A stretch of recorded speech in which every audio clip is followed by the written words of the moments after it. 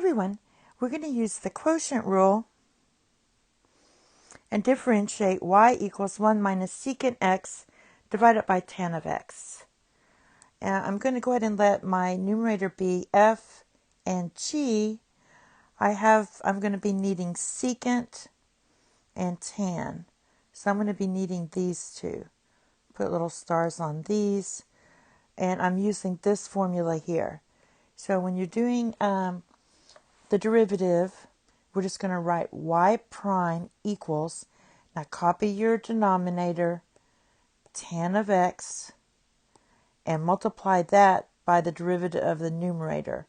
So that's just going to be secant goes with secant tan, but it's negative. So it's negative secant x tan of x minus, then you copy this down, 1 minus secant x, and the derivative of tan is just going to be secant squared of x, all divided by your denominator, and basically you can write it as tan x squared, which just means you can put the square inside here. We'll do that next row.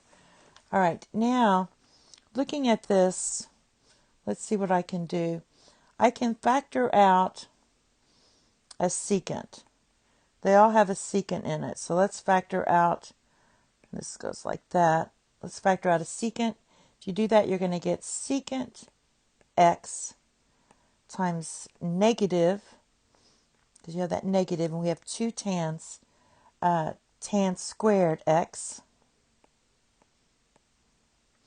All right, and then for this part, it's going to be minus secant x plus secant squared of x.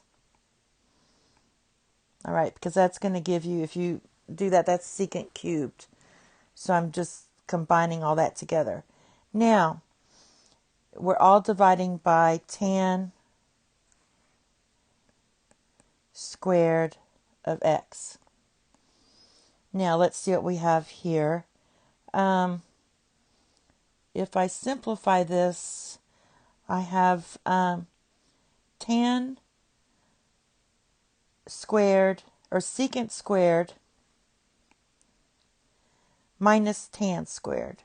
So just recall from trig, secant squared of x minus tan squared x equals 1. So I'm going to rewrite that as a 1. So we have our secant x, and then this equals 1. So you have 1 minus secant x, all divided by tan squared x. And that's your final answer.